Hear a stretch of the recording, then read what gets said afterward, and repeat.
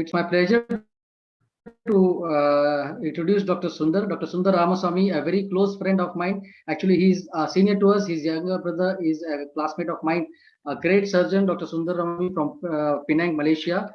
He did his MBBS from Manipal from KMC Manipal. He did his MS Ophthalmology from UKM, Malaysia. He's an FRCS, he's an FICO.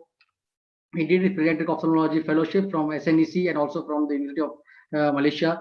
He is right now a consultant at the Oasis Eye Center in Kuala Lumpur, and also is a visiting consultant to the Ministry of Health, Malaysia. He's got various awards by the Ministry of Health in Malaysia. So without wasting much of a time, Sunder is going to be live from there, and he's going to present from there his talk. So over to you, Dr. Sunder. Thank you, Dr. Amit, and I hope all of you can hear me clearly. A warm welcome from Kuala Lumpur. I'd like to thank the OIC and OIS for inviting me. I wouldn't waste any more time. I'll proceed with my talk. Thank you very much. So I'm going to talk to you all about universal screening in newborns with wide field digital retinal imaging. So let me see. Okay. Right. Now, wide field digital retinal imaging, or WFDRI, as it's now known as, was actually started about 20 odd years back. And it was actually a chance collaboration between Dr. Lynn Murphy, she's an ocular oncologist, and Dr. Bert Massey. Dr. Bert Massey was actually an aerospace engineer. And by chance, they both met and they realized that there was a need for better ocular imaging in newborns and those with ocular pathology. And that's how they came out with the RedCam camera. And that was then found to be so useful that they expanded it to the use for ROPs, or retinopathy of prematurity. And that's how this camera came about. And eventually, we know that when this camera is used, it gives you a broader area of view of the retina. The normal fundus cameras, you can see, only gives you about 40 degrees in the center of the fundus, whereas the wide screens can go between 100 to about 130 degrees, depending on the type of camera you're using now. Right. So once they were doing a lot of work with ROP and retinoblastoma, they realized it could be expanded to other pathologies, and it was then expanded to anterior segment disorders. The way the camera was used was improved, and also for other ocular pathologies, like here we have FEVR, colobomas, and also the morning glory disc. So these are the extended uses they had, but most of it was in pathology, and they found it very useful for the prognosis and also the management and for parent education. So this was something very, very useful to pediatric ophthalmologists. But these devices, this is the machine we had, the RedCam 2 that we had in Hospital Kuala Lumpur in 2005.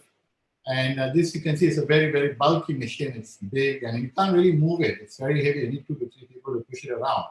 But things have changed now, and the machines that you get, the camera systems that you get are a lot smaller. And you've got other manufacturers now in. We've got more portable units. You can see that the RedCam has become a lot smaller. We've got the RedCam Shuttle now. We've got the RedCam Portable. I have no financial interest in these devices. Yep, just to make a note. India has come out with its own. We've got the Trinetra Neo now, which is also very small and portable. And of course, we have the Icon, which is by Phoenix. And these devices are light. They can be carried. They can actually be taken in a flight if you want to. Some of them they can just be pushed along by one person, a single operator. So it makes it so much easier to move it within the hospital, within wards. Yeah. What we do normally with newborns is very, very traditional. We get a newborn in the postnatal ward. The pediatric doctors or those associated with pediatrics will then just check the anterior segment, check the adnexal, check the red reflex. If it's fine, they send the baby back. Now, if there's something very, very gross, then they of course pick it up and they send it to the ophthalmologist. But something, there's a lot of pathology that's actually missed. And in this time and date, missing an ocular pathology in a newborn can have, apart from it being detrimental to the baby in terms of health and vision long term, there are also a lot of medical legal implications, and we're already seeing that in Malaysia. Yeah.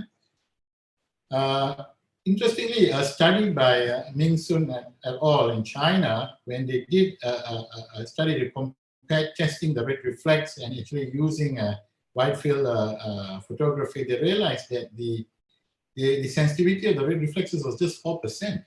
So, you know, there's a lot it misses out. So this is just not enough.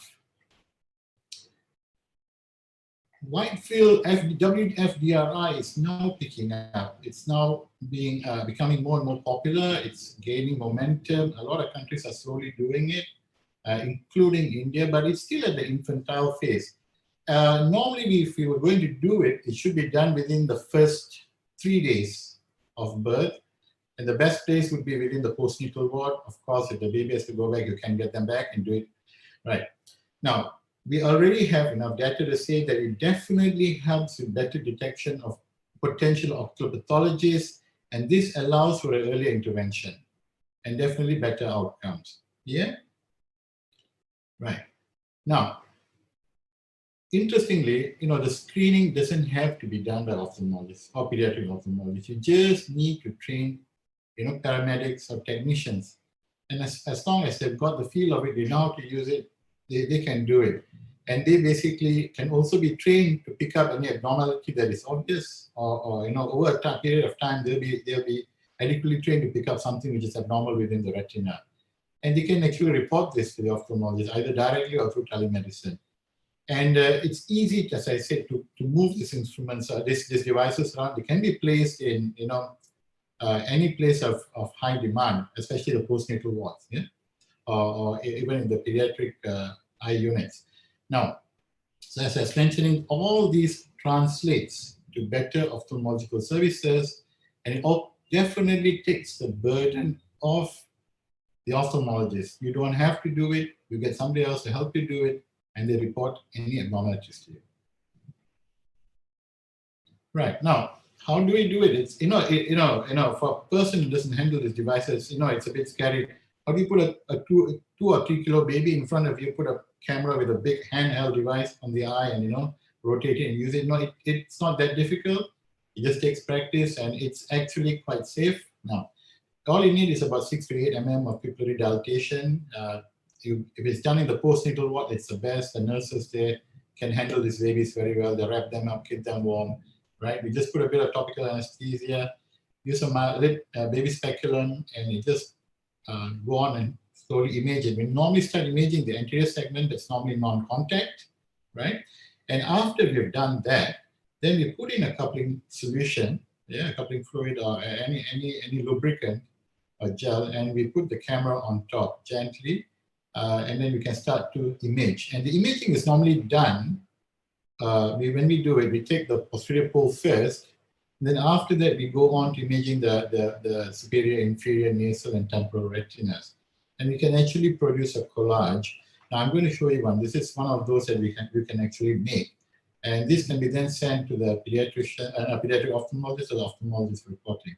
So this is how we do it. And this is just an example. This shows ROP. Yeah? So this is how the pictures are taken. They're actually very wonderful and clear. Okay, next. Now, coming to studies, there are quite a number of studies which are now available, which are out over the last few years, and mostly they're from India and they're from China.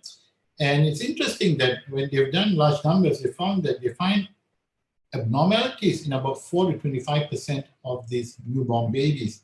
And it's the complete range. Yeah, you see almost all, they've caught almost all the abnormalities and they picked it up early, right? Ranging from hemorrhages all the way to retinal colobomas. Right.